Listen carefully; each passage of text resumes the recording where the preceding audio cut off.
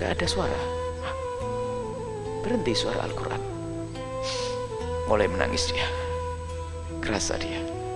Dilihat Sayyidat Fatimah Az-Zahra sudah kembali kepada Allah.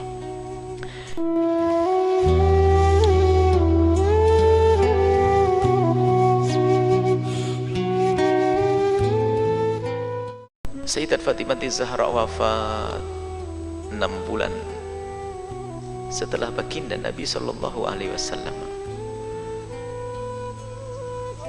Dan semenjak baginda Nabi tidak pernah tampak senyum dari Sayyidat Fatimah Az-Zahra, kecuali kalau melihat Sayyidina Imam Ali saja. Kepada yang lainnya hanya duka dan duka dan duka,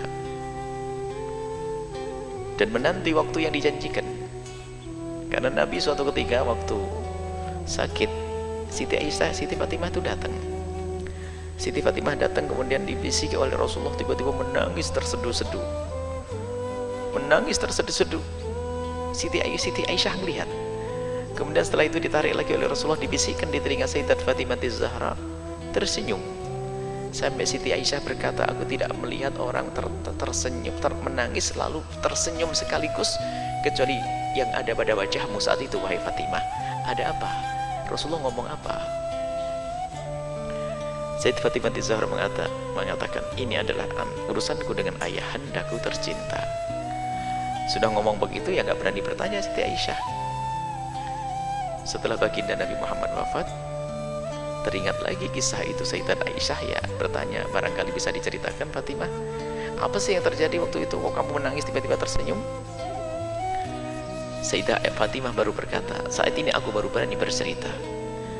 Karena waktu itu ayahandaku berkata, wahai Fatimah,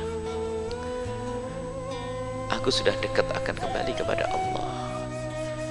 Aku terpukul akan pisah dengan ayahandaku yang aku sangat cintai. Menangislah aku. Namun setelah itu ayahandaku membisikkan yang kedua kali. Apa bisikan itu? Ayahandaku berkata, Fatimah, dan engkau adalah orang pertama yang akan menyusulku.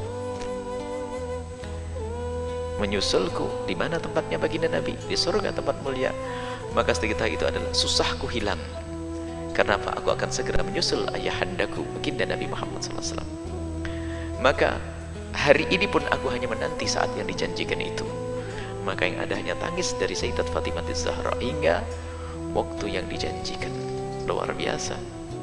Menanti waktu dia janjikan antara mengabdi kepada suami dan melayani putra-putra beliau dan membaca Al-Quran.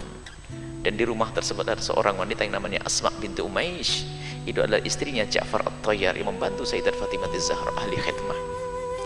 Suatu ketika Sayyidat Fatimah berkata, ya Umaish, Asma binti Umaish, Hasan Hussein lagi sholat di masjid. Iya, tolong jaga ya. Ya, aku akan baca Al-Quran. Ya silakan, karena sudah biasa baca Al-Quran. Cuman ada kalimat yang diucapkan yang tidak disadari oleh Sayyidah Asma kecuali saat diam. Aku akan baca Al-Quran. Kalau sudah suaraku tidak ada, berarti itulah waktuku. Masuk. Sayyidah Asma biasa saja, nggak ngeh. Sambil nunggu Sayyidina Hasan dan Husain pulang, gak ada suara. Berhenti suara Al-Quran. Mulai menangis dia. Kerasa dia. Dilihat Sayyidat Fatimah Az-Zahra sudah kembali kepada Allah. Bingung Sayyidat Asma binti Uwais untuk menyambut dua anak kecil, memberi kabar putra beliau yang sangat tercinta ini. Rupanya di saat dua anak kecil ini melihat Sayyidah Asma itu menitikkan air mata, sudah paham.